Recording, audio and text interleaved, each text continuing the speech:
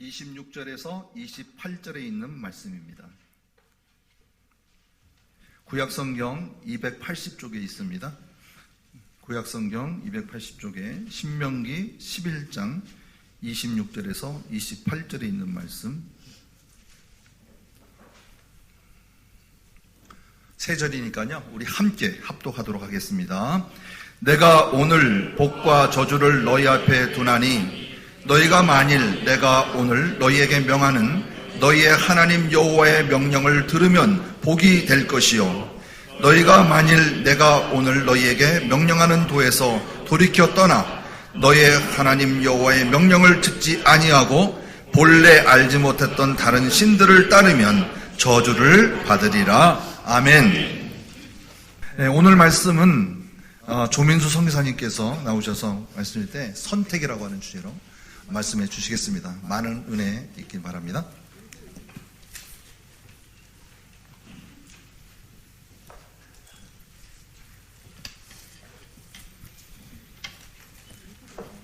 네, 감사합니다.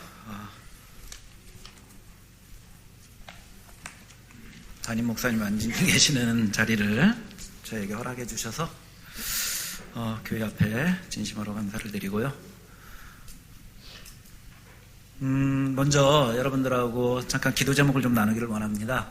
그 뉴스를 통해서 여러분들이 계속적으로 듣고 계시는 줄 아는데, 이스라엘하고 하마스의 이 전투가 지금은 주변에 다른 뭐라고 할까요? 후티 반군이라든가 헤즈볼라, 그 다음에 이란을 배경으로 한다 등 해가지고 참 많은 새로운 그런 양상들을 띠고 있는 것을 보게 되는데, 최근에 요르단에 있는 미군 기지가 폭격을 받아서 3명이 전사한 그러한 소식을 여러분들이 들었을 것이고, 또 이에 대한 보복으로 미군에서 무려 82곳이나 되는 그 기지를 그러니까는 그 배후로 추정되어지는 그 기지를 공격을 했다. 그래서 수많은 사상자들이 났다라는 그런 이야기들을 여러분들이 뉴스를 통해서 접했을 것입니다. 그냥 국지전으로 시작했던 것이 이제는 레바논도 마찬가지고, 지금 베이루트는 그래도 괜찮다고 그럽니다. 그런데 남부 지방이 아직도 계속 그 헤즈볼라하고 또 이스라엘하고의 서로 충돌이 지속적으로 있다고 그럽니다. 그러니까는, 그리고 또 홍해에서 후티 반군이 미국이나 영국의 상선들을 또 공격하는 일들이 계속적으로 있고, 이러한 그 중동에서의 전쟁이 더 이상 확전되지 않기를 위해서 여러분들이 좀 기도를 좀 해주시기를 바랍니다. 늘 그래왔듯이 중동에서의 이 조그마한 국지전이 항상 세계적으로 큰, 경제적으로도 많은 영향을 미쳤던 그러한 것들을 여러분들이 역사를 통해서 잘 알고 계실 거예요. 그러니까 모든 건 정말로 전쟁은 하나님께 속한 것이지만, 그래도 하나님께서 강권적으로 이 일들이 빨리 마무리되어질 수 있기를 기도해 주시고요.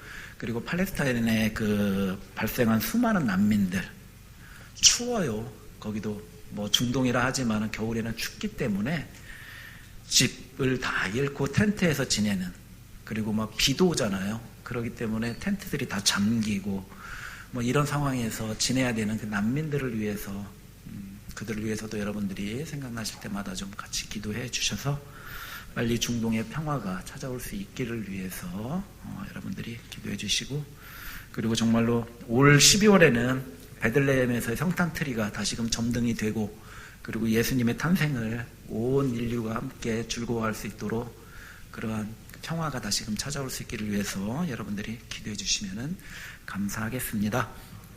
예, 저희는 지금 난민, 이주민 사역들을 준비를 하고 있는데, 교회와 더불어서 조그맣게라도 그 센터를 같이 시작하려고 합니다. 여러 가지로 좀 시행착오를 겪으면서 준비를 하고 있는데, 이 일들이 잘 준비되어지기를 위해서 여러분들이 함께 마음을 모아주시면 감사하겠습니다. 예, 오늘 저희들이 본 이 신명기, 이 신명기의 말씀은 우리가 잘 알고 있듯이 모세의 마지막 설교입니다. 모세의 마지막 설교이고, 그리고 맨 마지막 부분에 가게 되면 이제 여호수아가 모세의 뒤를 이어서 이스라엘의 그 새로운 지도자로 안수되어지는 그러한 내용으로 이루어져 있는 게 신명기 전체적인 내용입니다. 그리고 이제 이 말씀이 신명기가 선포되어진 곳이 모압 평지, 모압 평야 이렇게 이야기를 하고 있는데 요르단의 중부지방입니다. 이스라엘 백성들이 아르논 골짜기를 건너와서 이제 진을 치게 되는 이제 그러한 장소가 되겠는데, 이 모압 평지는 하나님께서 약속한 그 약속의 땅인 가나안이 보이는 그러한 곳입니다. 모세는 가나안 땅을 앞에 두고 이스라엘 백성들에게 마지막으로 하나님의 명령에 대해서 다시 한번 확인해 주고 있습니다.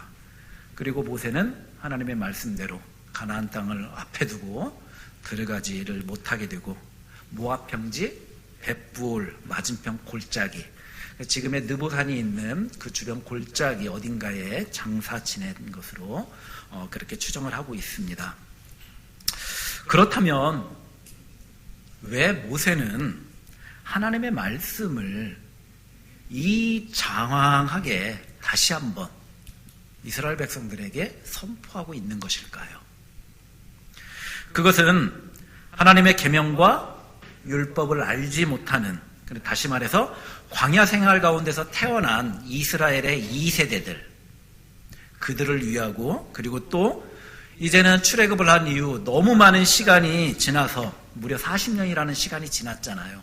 너무 많은 시간이 지나 규례와 법규를 제대로 기억하지 못하거나 또는 잊어버린 그러한 기성세대들에게 다시 한번 이 말씀에 대해 상기시키며, 그리고 새로운 땅에 들어갔을 때, 하나님께서 허락하신 그 약속의 땅에 들어갔을 때 하나님께서 원하시는 삶의 방식이 무엇인지를 전하고 있는 것입니다.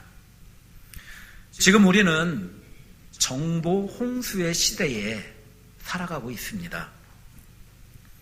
우리 주변에 너무나 많은 그런 정보들이 있어서 어떠한 것을 선택을 해야 할지 종종 주저할 때가 많이 있습니다. 정보통신의 발달로 필요하거나 궁금한 것이 있으면 그 자리에서 바로 확인을 해보기도 합니다. 저 역시도 궁금한 거 있으면 그 자리에서 바로바로 구글을 불러옵니다. 정말로 거기에는 너무 많은 정보가 있어서 어떤 것이 참이고 어떤 것인지, 어떤 것이 거짓인지조차도 구분이 안 될 때도 있습니다. 그 내용이 참인지 거짓인지를 떠나서 그 선택은 오로지 저의 몫일 때가 또 있습니다. 오늘 본문이 바로 그러한 선택에 대해서 이야기를 해주고 있습니다. 이 11장을 보게 되면은 시작과 끝을 하나님께서 요구하시는 것이 무엇인가에 대해서 그렇게 말씀을 해주고 있는데, 1절에 보게 되면은 그가 주신 책무와 법도와 규례와 명령을 항상 지키라고 11장 1절에서 이렇게 말을 하고 있습니다. 그리고 또 마지막 절에 모든 규례와 법도를 너희는 지켜 행하라, 이렇게 말씀을 해주고 있습니다. 하나님께서 우리에게 주어진 규례와 법도를 지키라는 분명한 메시지를 주고 있습니다. 그런데 이 말씀은 이 11장에서만 강조하고 있는 말씀이 아니라 신명기를 시작하는 이 초반부터 계속적으로 지속적으로 강조하고 있는 말씀입니다. 4장에도 보게 되면은 규례와 법도를 듣고 준행하라. 또한 내가 내게 명령하는 여호와의 규례와 명령을 지켜라. 오늘 내가 너희의 귀에 말하는 규례와 법도를 듣고 그것을 배우며 지켜 행하라. 계속적으로 여러 장에서 하나님의 규례와 법도를 지켜 행할 것을 말하고 있습니다.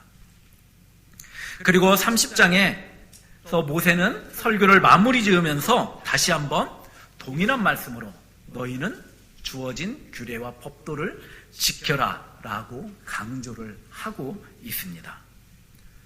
특히 오늘 11장 18절에는 규례와 법도를 지키는데 구체적으로 어떻게 지켜야 할지에 대해서도 함께 언급을 해주고 있습니다. 18절에 보면 이렇게 말합니다. 너희는 나의 이 말을 너희의 마음과 뜻에 두고 또 그것을 너희의 손목에 매어 기호를 삼고 너희 미간에 붙여 표를 삼으라. 지금도 보게 되면은 이 정통 유대인들은 이 말씀을 그대로 받아서 손목과 미간에 말씀을 붙이고 그리고 왼손에 이걸 7번 감고 기도를 합니다. 사진에 보게 되면은 지금 머리에 이마에 무엇인가가 보이죠? 그 다음에 손목에도 감은 그러한 모습을 여러분들이 보게 될 것입니다. 이게 바로 테필린이라고 하는 것입니다. 그리고 저 조그마한 상자 안에는 4개의 말씀이 들어 있습니다. 그 4개의 말씀 중에 하나가 오늘 이 신명기의 11장에 있는 그러한 말씀이 되겠는데, 이러한 말씀을 이들이 여기에다가 넣어놓고 기도할 때마다 이거를 몸에 감고 하는 이유는 그들의 생활 속에서 하나님의 율법에 대한 그 의무와 그리고 하나님을 기억하기 위한 것들이라고 말을 하고 있습니다. 이와 비슷한 모습이 이 무슬림 가운데서도 보게 되는데, 그 열심 있는 무슬림들을 보게 되면은 저렇게 이마 한가운데가 굳은 살이 배겨서 피부색이 까맣게 변해 있습니다. 모든 사람이 다 그렇지는 않습니다. 왜 이들의 이마가 저렇게 까맣게 변했는가 하면은 이들이 기도할 때의 모습을 보게 되면은 저렇게 이마와 코가 바닥에 닿습니다. 이 행동을 반복적으로 하게 되기 때문에 저러한 탈색된, 변색된 그러한 모습을 보게 되는 것입니다. 그러니까 얼마나 많은 시간이 지나야 이마의 색깔이 변하겠는가라는 거죠. 그래서 지금은 이 조그마한 동전 사이즈 정도의 크기의 어떤 돌 같은 거를 그 이마가 닿는 부분에다가 놓고 또 이렇게 기도를 하고 있습니다. 그러면 좀 더 빨리 변색이 되겠죠. 예. 이런 것들에 대해서 이들은 스스로 긍지와 대단한 자부심을 가지고 있습니다. 내가 그만큼 열심히 있는 사람이다. 이들이 하루에 5번 기도를 하잖아요. 그런데 그 한 번 기도할 때마다 수없이 반복되는 저 모습, 그러니까 그만큼 나는 열심히 기도하고 있다라고, 모두가 다 그렇지 않기 때문에 그들 스스로가 이렇게 긍지와 자부심을 갖고 있는 것입니다. 자, 다시금 11장으로 한번 돌아와 보겠습니다. 29절에 보게 되면은, 11장 29절에 보면은 뭐라고 말하냐면 축복의 상징을 가지고 있는 그리심산, 그리고 저주의 상징인 에발산에 대해서 언급을 해주고 있습니다. 하나님께서는 너무나도 자주 이 하나님을 떠난 그 이스라엘 백성들에게 시청과 교보제로 이 그리심산과 에발산을 사용하는 것이 아닐까라고 이렇게 생각을 해봅니다. 이스라엘의 중심부의 세겜 땅에 자리 잡고 있는 산이 바로 그리심과 에발산입니다. 여리고성과 아이성을 차지한 여호수아는 이제 세겜 지역이라는 곳에 이르게 되고, 그리고 에발산에 그들이 제단을 쌓으면서 이스라엘뿐만이 아니라 본토인, 그러니까 원래부터 살고 있던 사람들, 그 다음에 함께 온 이방인, 또 주변에 있는 이방인까지 모두가 다 그리심산과 그리고 에발산에 나누어 서게 됩니다. 그리고 그들 앞에서 율법에 기록되어져 있는 축복과 저주의 말씀을 그들 앞에서 낭독을 합니다. 이 산들은 이스라엘이 가나안을 차지하기 이전부터, 그리고 이스라엘 백성들이 가나안을 정복하고 지금까지 3,500여 년이 지난 지금까지도 없어지지 아니하고 그 자리를 그대로 지키고 서 있습니다. 누구라도 눈을 들어 볼 수 있는 위치에 자리를 잡고 있는 게 그리심과 에발산입니다. 항상 그 자리를 지키고 있습니다. 때문에 하나님의 말씀과 규례를 알고 있는 사람이라면 이 산을 볼 때마다 자각하게 될 것입니다. 내가 하나님의 말씀대로 살고 있는지 아닌지에 대해서. 하지만 하나님의 말씀에 대해 알지 못하고 무지한 자라면은 그 산들을 보고도 깨닫지 못하고 알지 못하게 될 것입니다. 하지만 이렇게 외적으로 보여지며 상징성을 가지고 있어서 우리 자신을 스스로 돌아보며 경각심을 갖는 것 매우 중요합니다. 그러나 이보다도 하나님의 말씀을 우리의 마음과 뜻에 두는 것이 더 중요하다고 봅니다. 이미 한번 우리의 마음 가운데 새겨진 말씀이라면 절대로 잊혀지지가 않을 것입니다. 때문에 오늘 본문에서 성경 11장에서 말하고 있듯이 하나님의 말씀을 우리의 마음과 뜻에 두어야 하는 이유가 바로 그것입니다. 그러면서 계속적으로 이어지는 것은 이 모든 규례와 법도를 자녀들에게도 가르치라고 이야기를 하고 있습니다. 그런데 그냥 가르치라는 것이 아니라 구체적으로 앉아 있을 때든지 길을 갈 때든지 누워 있을 때든지 또는 일어날 때든지 다시 말해서 언제든지 이 말씀을 가르치라고 그렇게 전하고 있습니다. 하나님께서 이스라엘 백성을 택하신 것은 이스라엘 백성들의 선함 때문이 아니라 바로 아브라함과 이삭과 그리고 야곱인 그들의 조상을 사랑하셨기 때문에 이스라엘 백성들을 만민 가운데 택하셨다고 10장 15절에 분명히 말씀을 하고 있습니다. 믿음의 선조들 때문에 이스라엘 백성들을 선택했다는 것입니다.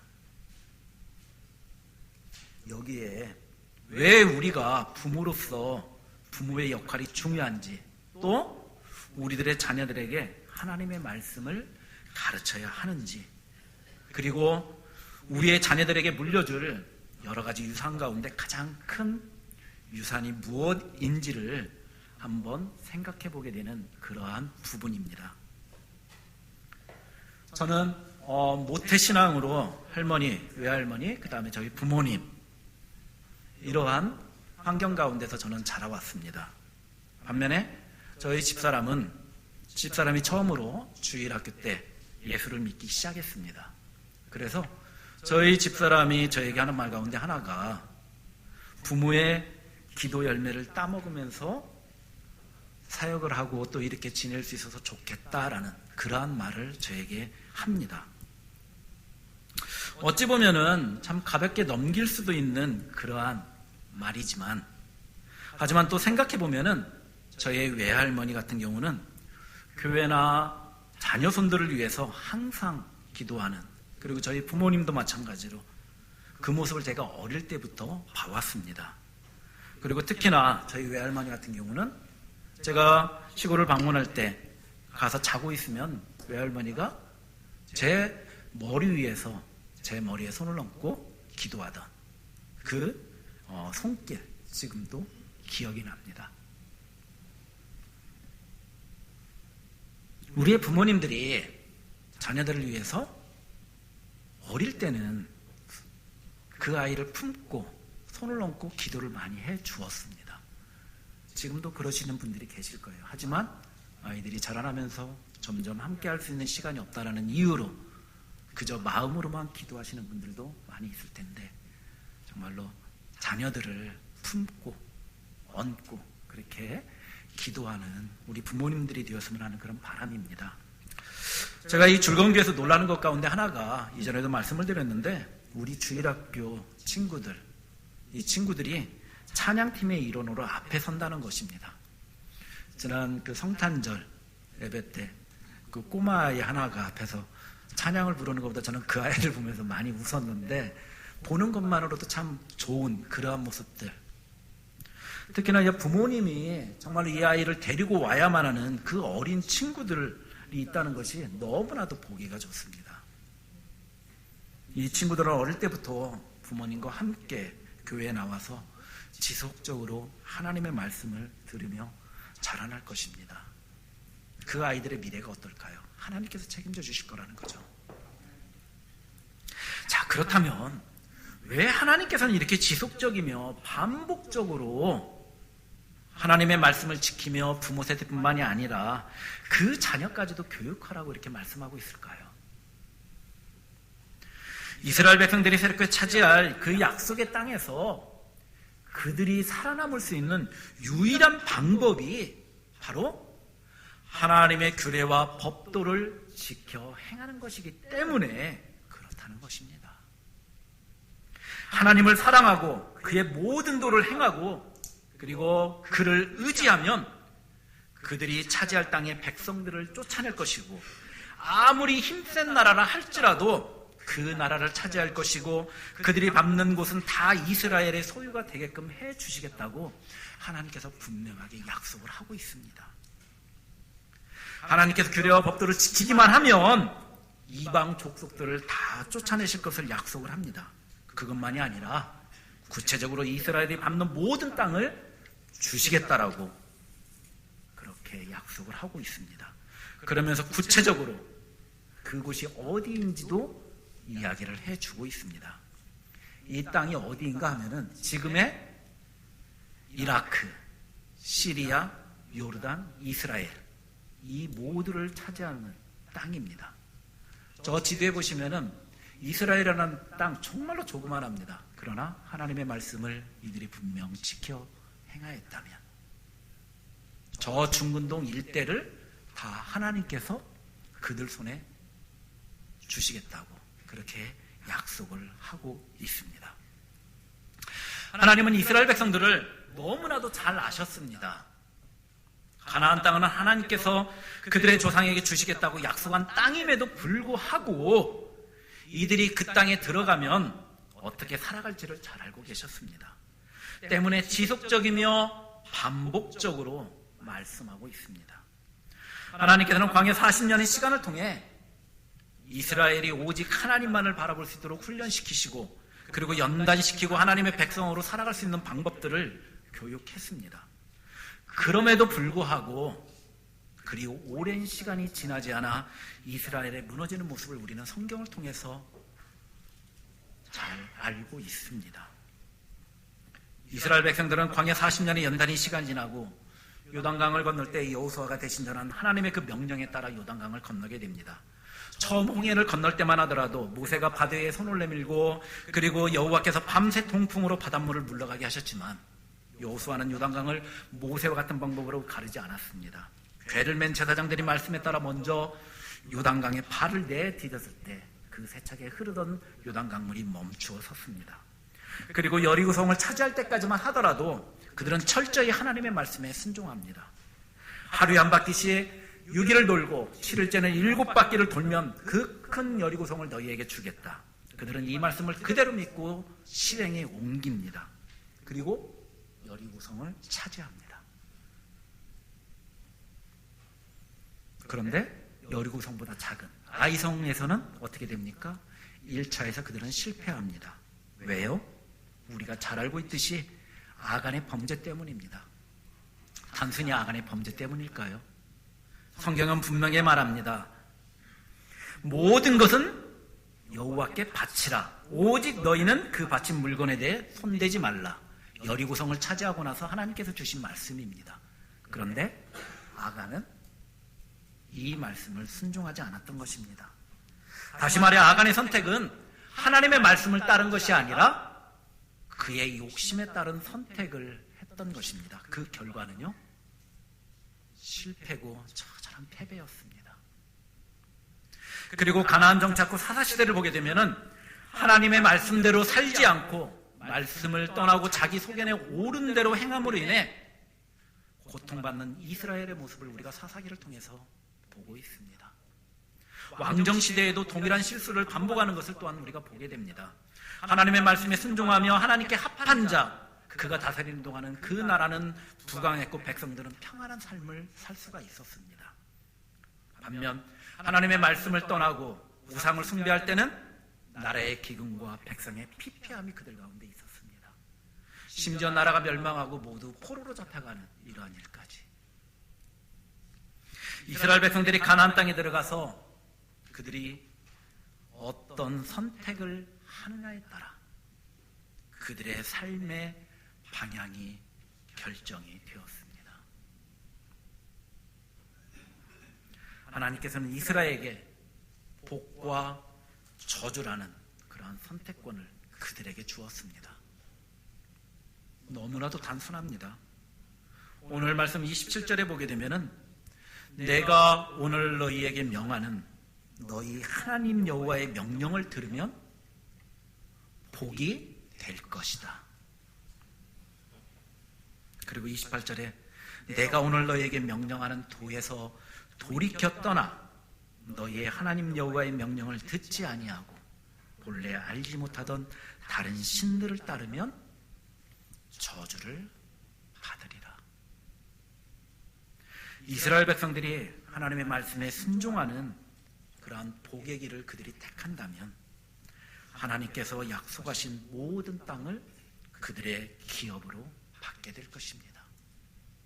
하지만 하나님의 말씀에서 떠나고 여호와의 명령을 듣지 아니할 때는 그들에게 저주가 임할 것이라고 아주 엄중하게 그렇게 경고하고 있습니다. 말씀을 따라 사는 삶은 하나님의 축복이 있습니다. 어떤 축복이요? 우리 앞에 모든 재택들과 장애물을 제거해 주시겠다고 분명히 약속했습니다. 나아가 우리가 밟는 모든 땅을 우리의 기업으로 주시겠다고 합니다. 그것만이 아니라 적과 꿀이 흐르는 땅에서 우리의 날뿐만이 아니라 우리의 자녀들의 날도 장구할 것이다. 이것이 하나님의 약속입니다. 어떨 때요? 하나님의 말씀과 규례와 명령을 지켜 행할 때.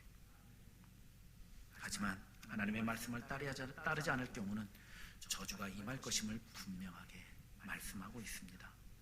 어느 누가 이런 저주의 삶을 원할까요? 아무도 없습니다. 모두가 다 축복받기를 원합니다. 그런데 재밌는 것은 하나님의 말씀대로 사는 것은 힘들고 또한 기피하며 싫어합니다. 아니요, 어떤 때는 잊고 지낼 때가 많이 있습니다. 우리의 주관과 나의 의지대로 살아가려고 할 때가 더 많이 있습니다. 그러면서 우리는 하나님께 복을 간구합니다. 우리는 세상의 법에 대해서는 많이 두려워하고 있습니다. 전에도 말씀드렸다시피 제가 한국 와서 힘든 것 중에 하나가 이 분리수거. 그냥 단순히 분리수거의 문제가 아니라 그게 적발되면은 어마어마한 벌금을 매긴다 이러니까 겁나요. 물어봅니다. 그리고 맨날 이게 맞는지 찾아봅니다. 여러분 다 그러시잖아요. 어떤 것이 옳고 잘못된 것인지 알기 위해서 나름대로 노력을 하고 있어요. 하지만 하나님의 법과 규례와 명령에 대해서는 우리가 너무 무감각할 때가 있다라는 거죠.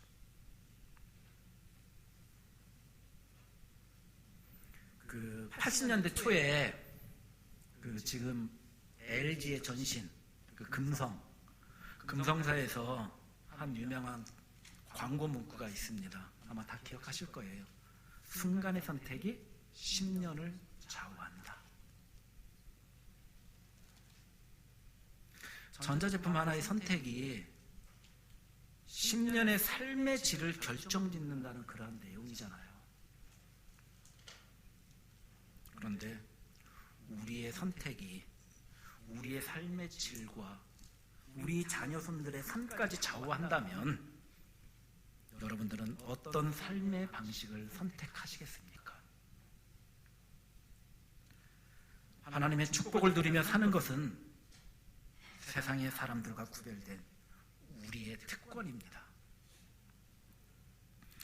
하나님께서는 항상 우리에게 복을 주시고 좋은 것을 주시기를 원하시는 분입니다. 자녀가 고통 가운데 있는 것을 좋아하는 부모가 어디 있겠습니까? 이와 마찬가지로 하나님은 우리의 삶이 평안하기를 원하시며 소망과 믿음을 가지고 우리의 앞날과 우리의 자녀들이 행복한 미래를 향해 나아가기를 원하고 계십니다. 우리의 삶의 여정들을 보게 되면 매일매일 순간순간이 선택의 연속입니다. 그럴 때마다 여러분들의 선택의 기준이 되는 것은 무엇인지요? 정부의 힘을 빌려 선택하거나 또한 여러분들이 지금까지 살아온 그런 삶의 연륜에 따른 그 지혜로 결정하는 것, 이게 다 중요합니다. 하지만 하나님의 백성된 우리는 하나님의 말씀이 기준이 되고 하나님의 말씀에 따른 선택이 우선되어야 한다는 것입니다. 말씀이 우리의 삶의 기초가 되는 삶을 사시기를 바랍니다. 기록된 말씀에 순종하는 삶을 살아가기를 소망합니다. 하나님의 말씀에 기초한 선택으로 하나님이 약속하신 이 땅에서의 기업을 받고 또 축복을 받는 그러한 삶을 여러분들이 경험하시기를 주님의 이름으로 간절히 부탁드리겠습니다. 기도드립니다. 하나님 감사합니다. 참 저희들은 너무나 부족하고 연약합니다. 그럼에도 불구하고 하나님께서는 저희들을 늘 말씀으로 우리들을 깨우치시고 또 말씀으로 격려하는 것을 보게 됩니다. 하나님, 우리가 하나님의 말씀에 근거한 삶을 살아가기를 원합니다. 하나님이 우리에게 말씀한 그 말씀에 따라 우리의 삶의 기준들을 정하게 하시고 선택할 수 있는 그러한 지혜와 은혜들을 허락하여 주옵소서. 세상의 기준이 아니라 하나님의 말씀이 우리의 삶의 선택의 기준이 될 수 있도록 은혜 베풀어 주옵소서. 하나님의 말씀에 날마다 민감하게 반응할 수 있는 우리가 되게 하여 주시옵소서. 감사드리며 걸어가신 예수 그리스도의 이름으로 기도드립니다.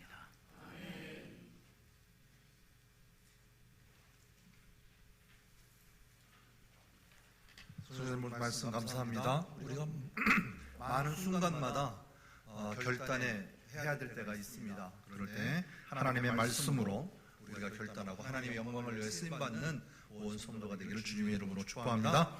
우리 자리에서 다 일어나셔서 주기도문 찬양 후에 우리 선교사님 축도로 마치겠습니다.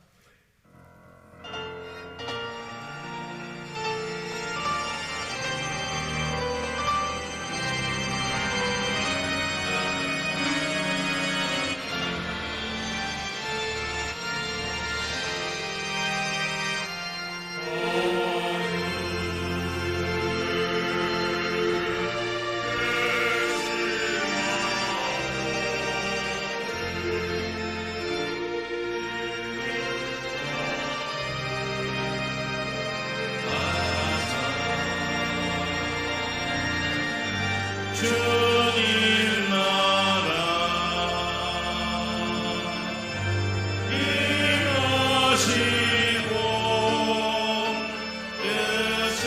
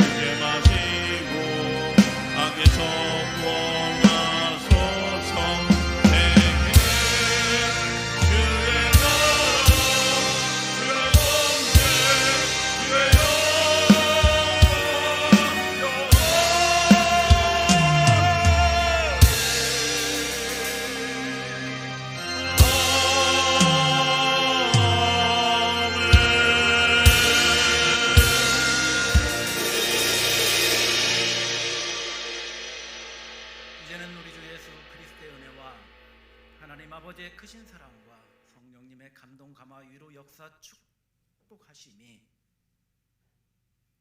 하나님의 말씀을 듣고 하나님의 말씀대로 살기를 다짐하며 우리 삶의 기준이 오직 하나님의 말씀임을 작정하며 삶의 현장으로 나아가는 즐거운게 모든 콘석들 머리 위에, 교회 위에, 이 나라 이민족 위에, 세계 열방 가운데 이제로부터 영원토록 함께 있을지어다.